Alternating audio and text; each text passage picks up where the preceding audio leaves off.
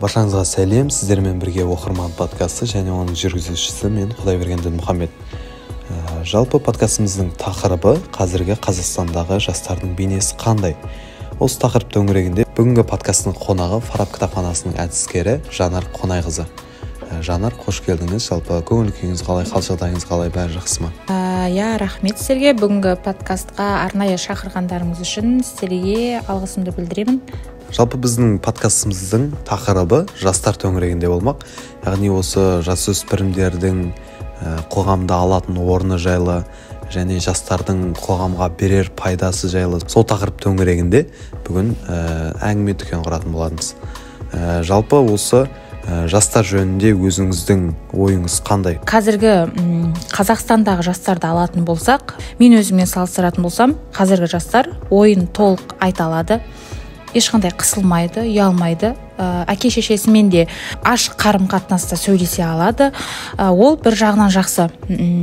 Сен өзіңнің ойыңды, жаңағы сөзіңді еркін жеткізе алатын болсаң, ол жақсы нәрсе. Кез келген ортада сен еркін сөйлесіп, кез келген ортаға сіңісіп кете аласың деген сөз.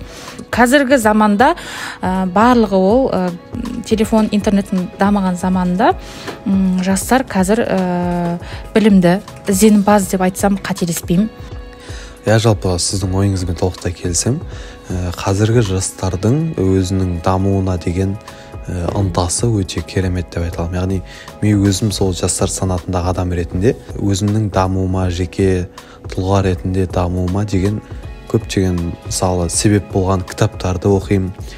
Соның ішінде мен бірнеше кітапты атап өте аламын. Соның ішіндегі кітап Дания Жігітбектің лайфхактар кітабы.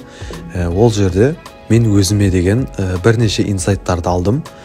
Ол кітапта адамның өміріне қажетті, әсіресе жастарға қажет көптеген пайдалы нәрселер айтылған.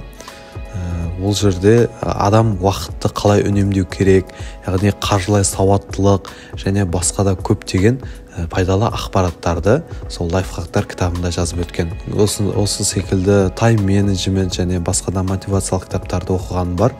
Яғни ол кітаптарда көбінесе шетелдің кітаптарынан салыстырмалы түрде жазылған авторлық жобалар. Яғни бұнымен байқайтынымыз біздің жастардың жеке тұлғалық дамуының бірден бір себепкері осы кітаптар деп айталам, осы жанрдағы кітаптар. Яғни сіз де жастардың қатарына жатасыз ғой. Осы жастар ретінде өзіңіздің дамуыңызды қалай қолға аласыз, не болмаса осы кітаптар секілді, не болмаса басқа да қосымша қандай істермен айналысасыз өзіңіздің даму жолыңызда? Өте орынды сұрақ. Қазіргі таңда 21 ғасырда адам жалпы бір орында тұрақтап қалмау керек. Сен егер ізденбесең, жан-жағыңа қарамасаң, сен сол орында қалып кетесің. Ал қалған сенің айналаңдағы адамдар, олар уже дамып, сенен жоғары сатыға шығып кетеді, былайша айтқан кезде. Ал енді мен өзімнің даму сатыма келетін болсам, кітапханада жұмыс жасағандықтан бос уақытымды негізі кітап оқуға арнаймын. Енді ғаламтор деп айтып жатырмыз ғой, ғаламтордан міндетті түрде осы өзіңді дамытуға байланысты енді мен қолға алатын көбінесе ораторлық шеберлік. Біз енді Түркістан облысы болғандықтан, мен әдіскер болғандықтан аудандармен жұмыс жасаймын. Біздің сөйлеу мәдениетіміз, сөйлеу сөзіміз, сөздік қорымыз көп болу қажет. Сондықтан да мен басты өзімнің талабым кітап оқу. Кітап оқып, тіл байлығымды дамыту. Ел алдына шыққан кезде қобалжымай, еркін сөйлеу. Осы сала жағын мен өзім тереңірек зерттеп, тереңірек ары қарай білгім келеді. Және де сол жолда жүрмін қазіргі таңда. Интернетті қараймын, кітаптарды қараймын, бірнеше жаңағы көптеген белгілі тұлғалардың берген сұхбаттарын, олардан әр нәрседен өзіңе бір белгілі керекті дүниені алуға болады. Кітаптан болсын, интернеттен болсын, және де көшедегі бір кетіп бара жатқан адамнан да екеуінің диалогынан сен өзіңе бір керек нәрсе аласың, былайша айтқан кезде. Айналаңда сенің дамуыңа деген, сенің көтерілуіңе, сана сезімнің, ой өрісіңнің дамуына деген көптеген мүмкіндіктер бар. Тек қана біз айналамызда қарауымыз керек. Жалпы өзіңіз жаңа айтып өткендей, қазіргі таңда көптеген кітаптар, интернет, ғаламторлар жастардың дамуына деген өзіндік ықпалын көптеген пайдасын тигізеді. Алайда біз пайдасымен қоса ол нәрсенің жастарға деген зиянын беретінді айта кеткеніміз жөн. Яғни бізде жастардың гаджеттерді, телефондарды және ғаламторды шектен тыс қолдануының себебінен салдарынан көптеген стресстік не болмаса жаңағы психологиялық ауытқуларға ұшырап жатады. Мәселен, TikTok желісін айтар болсақ, TikTok желісінде бізде 15-30 секундтық қысқа бейнелер жарияланады және адам TikTok желісін қарау арқылы бір жарты сағаттың ішінде бірнеше эмоцияны бастан кешіреді. Яғни бұл адамның миына психологиялық өзінше бір ауытқуларды әкеп соқтырады. Яғни адам өзінің эмоциясын басқара алмауына себеп болады. Яғни біз TikTok желісінде қарап отырсақ, әртүрлі эмоциялар бастан кешіреміз. Бірде қуанамыз, сол бейне жазбаларды көріп, кейде мұңаямыз. Сол нәрсенің барлығы адамға кері әсерін тигізеді. Мәселен, атап айтар болсақ, біз кітап оқыған кезде ұзақ мәтінді және кәдімгідей ауыр терминдер кездескен кітаптарды оқуымыз қиынға соғады. Яғни кітап оқып бастаған кезде құлшынысымыз азайып, не болмаса ұйқымыз келіп маужырап отыратын кездер осы әлеуметтік желілердің кесірінен де толықтай сенімді түрде айта аламын. Себебі адам Инстаграмда, мысалы Инстаграм желісін айтар болсақ, Инстаграмдағы шағын посттар, ол жерде жарияланған кезде суретін жариялайды, не болмаса бейнежазбаның астына шағын ғана кішкене мәтінді текст жазып қояды.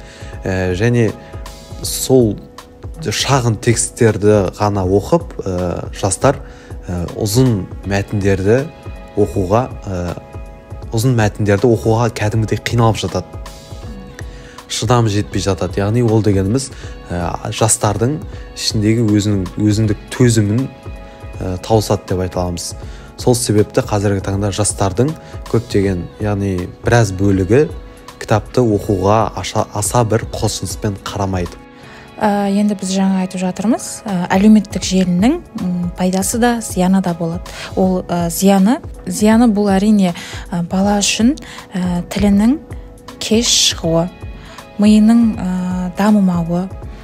Қазіргі таңда жас балдарда, жасөспірімдерде өте көп кездесетін ол черепное давление деген болады.